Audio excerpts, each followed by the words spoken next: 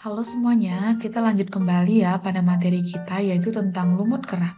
Lumut kerak disebut juga dengan lichenes ya.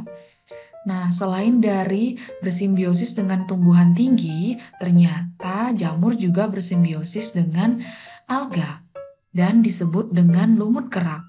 Banyak jenis Ascomycota dan beberapa Basidiomycota yang bersimbiosis dengan alga hijau ataupun alga biru membentuk lumut kerak. Alga pada lumut kerak dapat hidup tanpa bersimbiosis. Sebaliknya, semua jamur pada lumut kerak hanya dapat hidup jika bersimbiosis dengan alga. Lumut kerak melakukan reproduksi aseksual dengan fragmentasi atau dengan soredium. Soredium adalah beberapa sel alga yang terbungkus oleh hifa jamur, berukuran sangat kecil dan ringan sehingga mudah diterbangkan oleh angin. Sedangkan reproduksi secara seksual terjadi pada setiap anggota simbiosis. Jamur umumnya menghasilkan spora askus pada tubuh buah yang berbentuk seperti mangkuk. Spora akan tumbuh menjadi hifa. Apabila di tempat tersebut terdapat alga yang sesuai, maka akan terbentuk lumut kerak baru. Lumut kerak diklasifikasikan menurut cendawan yang menyusunnya menjadi dua kelas.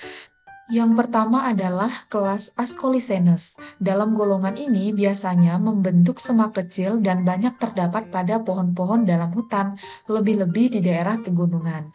Contohnya adalah Usnea berbata dan Usnea dasypoga berperan dalam pembuatan obat-obatan, Rosella tinctoria berperan dalam pembuatan lakmus, Cladonia rangiferina berperan dalam memberi makanan bagi rusa kutub, dan Centraceae islandisa berkhasiat sebagai obat. Kemudian yang kedua adalah kelas Basidiolicenes. Kebanyakan mempunyai talus yang berbentuk lembaran-lembaran. Kemudian pada tubuh buah berbentuk lapisan himenium yang mengandung basidium yang sangat menyerupai tubuh buah. Contohnya adalah Cora favonia.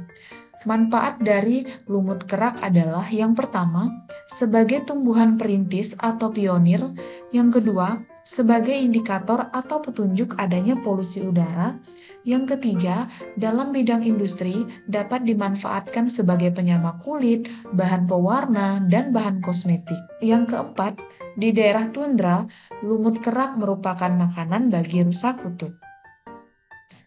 Demikian materi tentang lumut kerak atau lichenes. Sampai jumpa di materi selanjutnya. Terima kasih.